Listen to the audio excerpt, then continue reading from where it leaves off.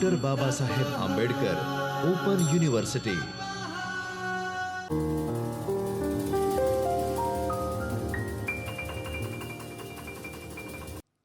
નમસ્તે વિદ્યાર્થી મિત્રો, ડૉક્ટર બાબા સાહેબ આંબેડકર ઓપન યુનિવર્સિટીમાંથી હું આસિસ્ટન્ટ પ્રોફેસર માનસી ખટીક આપ સૌ વિદ્યાર્થી મિત્રોનું હાર્દિક સ્વાગત કરું છું. વિદ્યાર્થી મિત્રો, આજે આપણે થર્ડ યરના એકાઉન્ટિંગ એન્ડ ફાઇનાન્સ 3ના પેપરની વાત કરીશું. વિદ્યાર્થી મિત્રો, એની અંદર આપણે બ્લોક 1ની અંદર આપણે યુનિટ નંબર 4 મૂડી અંદાજપત્રની વાત કરીશું. હવે વિદ્યાર્થી મિત્રો, આપણને પહેલો પ્રશ્ન થાય કે મૂડી અંદાજપત્ર એટલે શું, કે મૂડીનું શું અંદાજપત્ર કાઢવાનું તેનો પ્રશ્ન ઊભો થાય.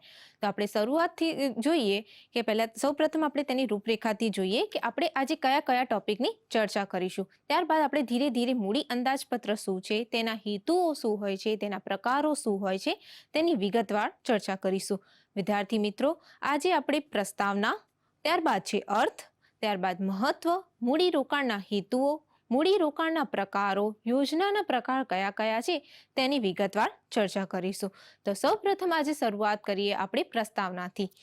તો વિદ્યાર્થી મિત્રો, આપણે જાણીએ છીએ કે ધંધામાં કોઈ પણ ધંધો હોય તો તેને ચલાવવા માટે આપણે બે પ્રકારના ખર્ચાઓ કરતા હોય છે. કોઈ બી ધંધો હોય તેને ચલાવવા માટે બે પ્રકારના ખર્ચાઓ કરવામાં આવે છે.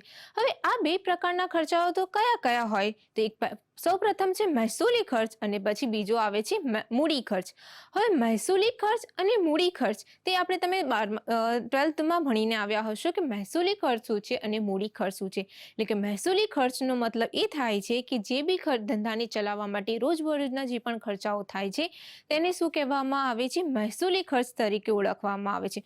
પરંતુ જ્યારે આપણે વાત કરીએ મૂડી ખર્ચની, તો હવે મૂડી ખર્ચ શું છે, તો ધંધાને વિકસાવવા માટે, ધંધાની સહાયરૂપ થાય અને તેને આગળ વધારવા માટે જે પણ વધારા મિલકતોને ખરીદવા, લાંબા ગાળાની મિલકતો ખરીદવી, યંત્રોને ખરીદવા, પછી પ્લાન્ટ, મશીનરી, બધું ફર્નિચર તેને ખરીદવા માટે જે પણ ખર્ચો કરવામાં આવે છે, જે લાંબા ગાળાનો હોય છે અને કાયમી મિલકતનો હોય છે, તો તેને એવા ખર્ચને શું કહેવામાં આવશે, મૂડી ખર્ચ.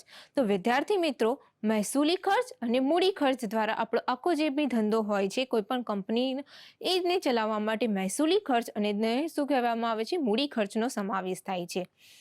તો આપણે અહીંયા પેઢીની મિલકતોમાં થતું રોકાણ વિશાળ અને લાંબા સમય માટેનું હોય છે. એટલે કોઈ બી પેઢી છે, જે બી ધંધો છે તેને ચલાવવા માટે કોઈ બી પેઢી છે તે રોકાણ કરતી હોય છે, તે વિશાળ અને લાંબા ગાળા માટેનું જ હોય છે. કોઈ એક વર્ષ માટે તો રોકાણ કરતું નહીં હોય, અને કરતા બી હોય તો તેનું જે રોકાણ કરતું હશે તો એને શોર્ટ ટર્મ માટેનું હોય તો એને તો ઓછું જ વળતર મળે.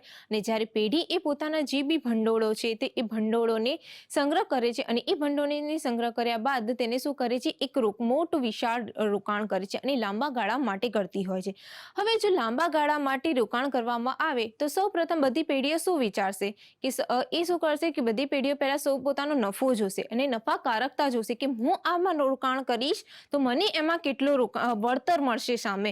તો એ વિચારીને જો એવી રીતે કરવામાં આવે છે તો એ મૂડી અંદાજપત્રના નામે ઓળખવામાં આવે છે.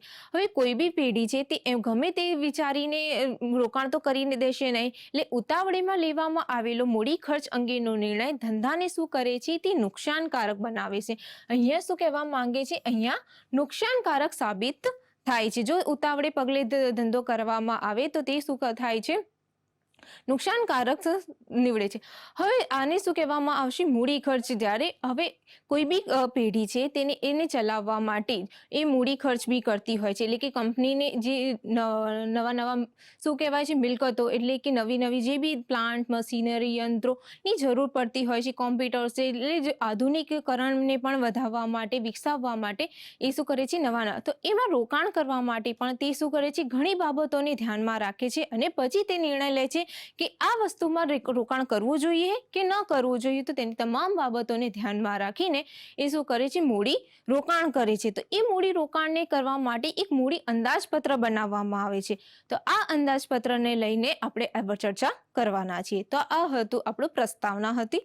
હવે વિદ્યાર્થી મિત્રો, મૂડી અંદાજપત્રોનો અલગ અલગ જે ઓથર્સ છે તેમણે એમની પોતાની એક પ્રસ્તાવને અર્થ આપ્યો છે કે મૂડી બજેટ એટલે શું.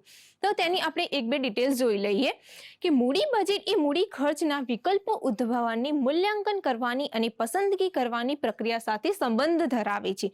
શું કહેવા માંગે છે અહીંયા લોરેન્સ અને ગિટમેનના મત અનુસાર મૂડી બજેટ એ મૂડી ખર્ચના વિકલ્પો ઉદ્ભવવાની અને મૂલ્યાંકન કરવાની અને પસંદગી કરવાની પ્રક્રિયા સાથે સીધો સંબંધ ધરાવે છે.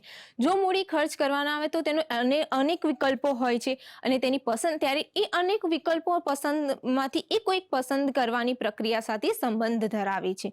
તો એમના મતે હવે વાત કરીએ તો રિચાર્ડ ઇસ્વીના જણાવ્યા પ્રમાણે શું કહેવા માંગે છે મૂડી બજેટ કે ભવિષ્યમાં મળનારા અપેક્ષિત નફાના પ્રકારના બદલામાં, એટલે જો કોઈ બી મૂડી રોકાણ કરવામાં આવ્યું હોય અને એ પછી ભવિષ્યમાં અપેક્ષિત જે નફો છે એના પ્રકારના બદલામાં વર્તમાન રોકડ ખર્ચનો સમાવેશ મૂડી બજેટ અંગેના નિર્ણયોમાં થાય છે.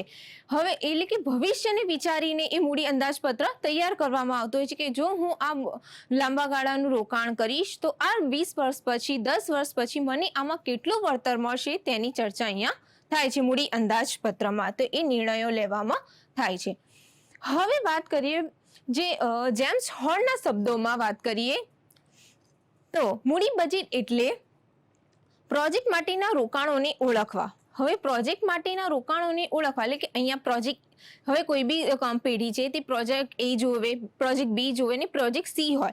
હવે આ ત્રણેય પ્રોજેક્ટને માંથી એ કોઈક રોકાણોને એમાંથી વિચારે કે હું આ પ્રોજેક્ટ એમાં રોકાણ કરીશ કે પ્રોજેક્ટ બીમાં રોકાણ કરીશ કે પ્રોજેક્ટ સીમાં રોકાણ કરીશ. તો આ ત્રણેયમાંથી જો હું રોકાણ કરું તો મને સૌથી વધુ વળતર કયા પ્રોજેક્ટમાંથી મળશે, એ પ્રોજેક્ટમાંથી જો મને સૌથી વધારે વળતર મળશે તો હું એને જ અપનાવું. તો આ જોન હન્સના શબ્દોમાં શું કહે છે કે પ્રોજેક્ટ માટેના રોકાણોને ઓળખવા કે સૌથી વધુ મને વળતર નફો શેમાંથી મળશે તેનું વિશ્લેષણ કરવું અને તેની પસંદગી કરવી જેનું વળતર એકાદ વર્ષ પછી અપેક્ષિત હોય. તો આનો મતલબ એ થાય છે કે કોઈ બી પ્રોજેક્ટ હોય તો તેમાં જોવાનું કે વધુમાં વધુ વળતર મને કયા પ્રોજેક્ટમાંથી મળશે તેની અહીંયા ચર્ચા કરવામાં આવે છે. તો વિદ્યાર્થી મિત્રો એ મૂડી અંદાજપત્ર આવી રીતે થતું હોય છે.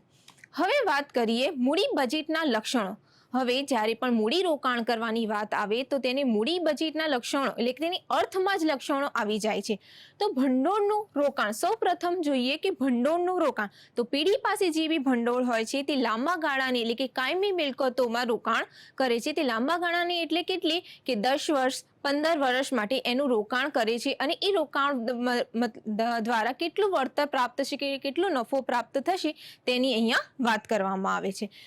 હવે લાંબા ગાળાનું જે હમણાં જ આપણે વાત કરી કે લાંબા ગાળાનું મતલબ કે 1 વર્ષ 2 વર્ષની વાત નથી થતી. અહીંયા ડાયરેક્ટ 5, 10 અને 15 વર્ષથી વધારે એના વર્ષની વાત કરવામાં આવે છે કે જે બી રોકાણ પેઢીઓનું રોકાણ છે તે લાંબા ગાળાનું રોકાણ હોય છે. તો જો લાંબા ગાળાનું રોકાણ કરવામાં આવે તો તેની બધી જ માહિતીને તેના બધા જે પણ નોર્મ્સ છે, ટર્મ્સ એન્ડ કન્ડિશન છે કે કેટલું બધું વાંચીને પછી તેના પર નિર્ણયો કરવામાં આવે છે કે આ જે બી પ્રોજેક્ટ છે તેમાં રોકાણ કરવું કે ન કરવું. તો એ લાંબા ગાળાના રોકાણમાં જે સૌથી વધારે વિચારવાની જરૂર પડે છે. ત્યારબાદ છે ભવિષ્યનો લાભ. હવે ભવિષ્યનો લાભ અહીંયા લે કે જ્યારે પણ કોઈ બી મૂડી રોકાણ છે તે 10 વર્ષમાં કરવામાં આવે, 15 વર્ષ માટે કરવામાં આવે તો એ આપણને પછી જ મળવાનો છે. તરત ને તરત એનો લાભ તો આપણને મળતો નથી. તો એ ભવિષ્યનો લાભ આપણને અપેક્ષિત વર્ષ પછી એટલે કે અમુક વર્ષ પછી તેને એ આપણને સતત મળતો રહે છે. તો તેને શું કહેવામાં આવે છે કે ભવિષ્યનો લાભ જે આપણને પછીના વર્ષો પછી સતત બધા વર્ષમાં મળતો આવે છે. તો એને કહીશું ભવિષ્યનો લાભ. હવે વાત કરીએ નીતિ ઘડતર. તો વિદ્યાર્થી મિત્રો નીતિ ઘડતર એટલે કે પેઢીના જે મૂડીરોકાણની યોજના છે તેની જ અંદર નીતિ ઘડતરનો સમાવેશનો એક ભાગ છે આ. તો નીતિ ઘડતર એટલે કે જ્યારે પણ મૂડી રોકાણ કરવામાં આવે તો સૌપ્રથમ તેની નીતિને વિશેની વાત કરવામાં આવે, તેના જે બી જરૂરી રૂલ્સ રેગ્યુલેશન છે તેની વાત કરવામાં આવે અને પછી જ આના ઉપર વિચાર કરવામાં આવતો હોય છે કે આ પ્રોજેક્ટમાં રોકાણ કરવું જોઈએ કે ન કરવું જોઈએ. ત્યારબાદ છે વિકાસ અને સંશોધન. તો વિકાસ અને સંશોધન અહીંયા શું છે કે કંપની છે, ધંધો છે તો એ ધંધાને વિકસાવવા માટે કંપની ધંધો શું કરે છે વિકસાવવા માટે નવા યંત્રો એ ધંધામાં લાવે છે. તો આ નવા યંત્રો જે ધંધામાં લાવવા માટે તેને શું કરે છે મૂડી ખર્ચ કરવાની જરૂર પડે છે. તો આ મૂડી ખર્ચ કરવો કે ન કરવો તેને માટે પણ આ મૂડી બજેટ અવશ્ય અનિવાર્ય રહે છે. ત્યારબાદ છે મોટા પાયા પર રોકાણ. હવે મોટા પાયા પર રોકાણ તો શું કહેવા માંગે છે જેવી રીતે આપણે લાંબા ગાળાનું તો મોટા પાયા પર જો રોકાણ કરવામાં આવે કે વધારે ઇન્વેસ્ટમેન્ટ એટલે કે વધારે પડતું ઇન્વેસ્ટર એટલે કે ઇન્વેસ્ટમેન્ટ કરવામાં આવે તો એમાં બધી બાબતોનું ધ્યાનમાં રાખવામાં આવે છે. નિર્ણયની વ્યવસ્થિત પદ્ધતિ, જો એને આપણે કોઈ બી પ્રોજેક્ટ છે તેને પસંદ કરવામાં આવ્યો અને એને પસંદ કર્યા બાદ તેને કેવી રીતે અનુસરવું જોઈએ તેની પણ નિર્ણયની વ્યવસ્થિત પદ્ધતિ અનુસરવામાં આવવી જોઈએ. તો વિદ્યાર્થી મિત્રો, આ મૂડી બજેટના લક્ષણો થયા કે આવી રીતે એક એક સ્ટેપ પછી તેને અલગ અલગ બાબતોનું ધ્યાન રાખવામાં આવે. જો મિલકતોને કોઈ બી પ્રોજેક્ટ છે તેને આપણું જે બી ભંડોળ છે તેને ભંડોળને મર્યાદિત ભંડોળને મહત્તમ ઉપયોગ થાય તે રીતે એનો યુઝ કરવાનો હોય છે. કોઈ બી ધંધો હોય છે તો એ સૌપ્રથમ એનો વિચાર જ એ હોય કે કોઈ મર્યાદિત ભંડોળમાંથી મહત્તમ અપેક્ષિત નફો મેળવવાનો હોય છે. તો આ હતા મૂડી બજેટના લક્ષણો. હવે વિદ્યાર્થી મિત્રો, આપણે વાત કરીએ મૂડી બજેટનું મહત્વ.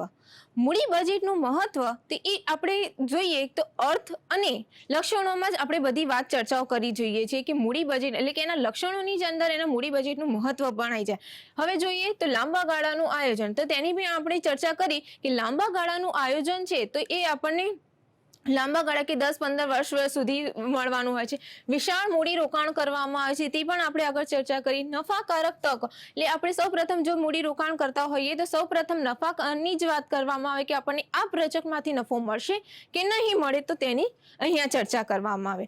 ત્યારબાદ છે નિર્ણયો બદલવા અશક્ય. જો આ લાંબા ગાળાનું રોકાણ કરવાનો નિર્ણય લેવામાં આવ્યો તો પછી તેને ફરીથી બદલી શકાતું નથી. તો અહીંયા એની જ વાત કરવામાં આવે છે કે જો લાંબા ગાળાનું રોકાણ કરવાની વાત થાય અને તેને જો પસંદ બી કરવામાં આવે તો પછી તેને બદલી શકાતું નથી.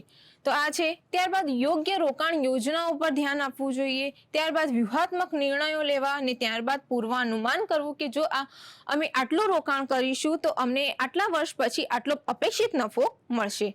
તો આ હતા મૂડી બજેટના મહત્વ.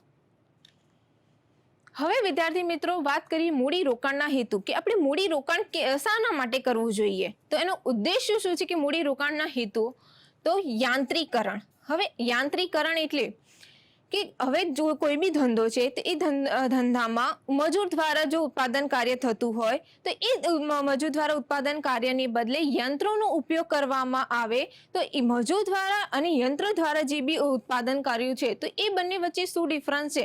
તો યંત્ર દ્વારા જો ઉત્પાદન કરવામાં આવે તો યંત્ર વસાવવા પડે અને એ યંત્ર વસાવવા માટે જે મૂડી ખર્ચ કરવામાં આવે તો એ મૂડી ખર્ચને પણ આપણે મૂડી અંદાજપત્ર લગાવવું પડે કે આટલું મૂડી રોકાણ કરવામાં આવશે આ યંત્રમાં તો આપણને એનાથી કેટલો લાભ મળી શકે, કેટલું ઉત્પાદન એ યંત્ર કરી શકશે તેની વિગતવાર ચર્ચા કરવામાં આવે. તો એ છે યાંત્રીકરણ. એ સૌથી મોટું મહત્વનો પ્રશ્ન છે, ઉદ્દેશ્ય છે કે યાંત્રીકરણ માટે કે જો મજૂર દ્વારા કાર્ય કરાવવામાં આવશે તો એ કેટલો આપણને લાભ મળશે અને જો યંત્ર દ્વારા તેનું ઉત્પાદન કોઈ બી ધંધો છે તો તેને ઉત્પાદન કાર્ય કરશે યંત્ર દ્વારા તો કેટલો લાભ મળશે.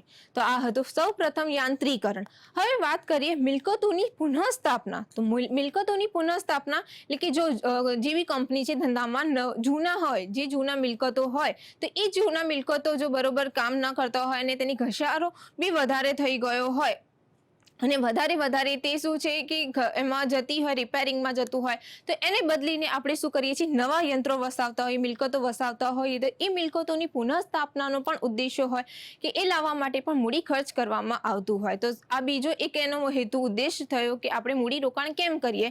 તો યાંત્રિકરણની બાદ જો જૂના મિલકતો હોય તો એ જૂના મિલકતોની જગ્યાએ ફરીથી નવા મિલકતો વસાવવામાં આવે ત્યારે મિલકતોની પુનઃસ્થાપના કરવા માટે પણ મૂડી રોકાણ કરવું આવશ્યક બનતું હોય છે. ત્યારબાદ છે વિકાસ યોજના. હવે વિકાસ યોજનાનું કેવી રીતે કે હવે જેમ જેમ આપણે આધુનિકરણ તરફ વધતા જઈએ છીએ, જેમ જેમ વધારે યાંત્રિકરણો જેવી ટેકનોલોજીની સાથે વધતા જઈએ છીએ તો અને વિકાસની સાથે વધતા જઈએ છીએ ત્યાં આપણને જરૂરી જે બી યંત્રો છે તેની જરૂર પડે છે. હવે ઉદ્યોગ છે તે એ જૂના જ સામાનથી જૂના જ મિલકતો યંત્રોથી કાર્ય કરશે તો એ વિકાસની સાથે વધતું નહીં રહે. માટે એ આર્થિક ઉદ્યોગીકરણની સાથે એટલે કે વિકાસની યોજનાને પહોંચી વળવા માટે પણ અલગ જે બી યંત્રો છે, કોમ્પ્યુટર છે, ટેકનોલોજીની સાથે વધવા માટે પણ વિકાસ યોજનાને જે બી મૂડી ખર્ચ કરવામાં આવે તે મૂડી ખર્ચ કરવા માટે મૂડી રોકાણ કરવું જરૂરી બની જાય છે. ત્યારબાદ વાત કરીએ નવી પેદાશ વખતે. હવે નવી પેદાશ વખતે એટલે કે શું, હવે કોઈ બી ધંધો છે એ ધંધાને પહોંચી વળવા માટે એટલે કે ધંધાએ કોઈ પણ નવી વસ્તુ ઉત્પાદિત કરેલી છે તો એ નવી વસ્તુને ઉત્પાદિત કરવા માટે પણ નવી પેદાશ વખતે પણ મૂડી રોકાણ કરવામાં આવતું હોય છે. તેમાં જરૂરી જે બી વગેરે ખર્ચાઓ કરવામાં આવે. ત્યારબાદ છે આધુનિકરણ. હવે આ આધુનિકરણ તો અત્યારે જ આપણે વાત કરીએ કે જેમ જેમ ટેકનોલોજીનો યુગ વધતો જાય છે તેમ તેમ અપડેટ થતું જવું પડે છે. તો આ અપડેશનને કારણે પણ અલગ અલગ યંત્રોની જરૂર પડે છે. જેમ અત્યારે કોમ્પ્યુટર્સ ને બધા એવી રીતે લેપટોપ વગેરેની જરૂર પડવા લાગી છે. તો આ વગેરેને બધાને ચલાવવા માટે પણ જે મૂડી ખર્ચ કરવામાં આવે અને જેમાં આ મૂડી રોકાણ કરવામાં આવે તો એ રોકાણથી આપણને કેટલું વળતર મળશે તેની વિગતવાર આપણે શું કરીએ છીએ નિર્ણય લેતા હોઈએ છીએ કે આ મિલકતથી મને કેટલો લાભ થશે વગેરે અને ઉદ્દેશો હોય છે. તો આ મૂડી રોકાણના હેતુઓ છે. હવે વાત કરીએ મૂડી રોકાણના પ્રકાર. મૂડી રોકાણના પ્રકાર એટલે બે રીતે એમાં મૂડી રોકાણ આપણે કરવામાં આવે છે. કાયમી મૂડી રોકાણ અને ચાલુ મૂડી રોકાણ. એટલે કે હમણાં જ આપણે વાત કરી આગળ શરૂઆતમાં જોયું કે આપણે ધંધોને ચલાવવા માટે બે પ્રકારના ખર્ચાઓ કરવામાં આવે છે, મહેસૂલી ખર્ચ અને મૂડી ખર્ચ. મહેસૂલી ખર્ચમાં કેવું હોય કે જ્યારે પણ ધંધાને રોજબરોજના શું હોય છે કે જે પણ કાર્ય કરવા માટે જે બી ખર્ચાઓ થતા હોય છે તો તેને આપણે મહેસૂલી ખર્ચ. તેવી જ રીતે અહીંયા ધંધાને ચલાવવા માટે જે પણ મૂડી રોકાણ માટે જે ચાલુ મૂડી રોકાણ રાખવું પડે છે તેને અહીંયા શું કહેવામાં આવે છે ચાલુ મૂડી રોકાણ. કે એના માટે કોઈ અમુક રોકાણ જરૂરી બને છે કે ધંધાને રોજબરોજ માટે જરૂરી ઉદ્ભવતી ચાલુ મૂડી રોકાણ. અને કાયમી મૂડી રોકાણ એટલે કે જે લાંબા ગાળાની કાયમી મિલકતોને પરચેસ કરવા માટે પણ અમુક જરૂરિયાતોને પહોંચી વળવા માટે પણ કાયમી મૂડી રોકાણની જરૂરિયાત ઊભી થાય છે. તો આ મૂડી રોકાણના પ્રકાર થયા. ત્યારબાદ વાત કરીએ યોજનાના પ્રકાર. યોજનાના પ્રકાર કેવા? તો બે પ્રકાર છે, સ્વતંત્ર યોજના અને પરસ્પર નિવારક યોજના. હવે સ્વતંત્ર યોજના એટલે શું? તો સ્વતંત્ર યોજનાની અંદર આ યોજના શું છે, એક જે યોજના છે એ બીજી યોજના સાથે હરીફાઈ કરતી નથી.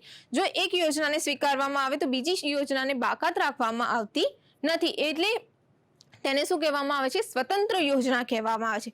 પરંતુ પરસ્પર નિવારક યોજનાની વાત કરીએ તો પરસ્પર નિવારક યોજના એ એકબીજાથી સાથે સંકળાયેલી હોય છે. જો એક યોજના એ બીજા યોજના સાથે હરીફાઈ કરતી હોય છે અને આ હરીફાઈથી ત્યારે શું થાય છે એને બીજી યોજનાને બાકાત કરી દેવામાં આવે છે અને એક જ યોજનાનો સ્વીકાર કરવામાં આવતો હોય છે. તો આવી રીતે યોજનાના બે પ્રકાર છે, સ્વતંત્ર યોજના અને પરસ્પર નિવારક યોજના. તો વિદ્યાર્થી મિત્રો આપણે મૂડી બજેટ એટલે તેનો અર્થ જોયો, તેના હેતુઓ જોયા કે મૂડી રોકાણ કેમ કરવું જોઈએ તેની ચર્ચા કરી અને મૂડી રોકાણના પ્રકારોની જોઈ અને મહત્વ જોયું. તો અહીં આપણો આ ટોપિક અડધો પૂરો થાય છે. હવે નેક્સ્ટ લેક્ચરમાં આપણે તેના જે પણ મૂડી રોકાણ અંદાજપત્ર છે તેની પદ્ધતિઓ કઈ કઈ છે તેની વિગતવાર જોઈશું નેક્સ્ટ લેક્ચરમાં. Thank you.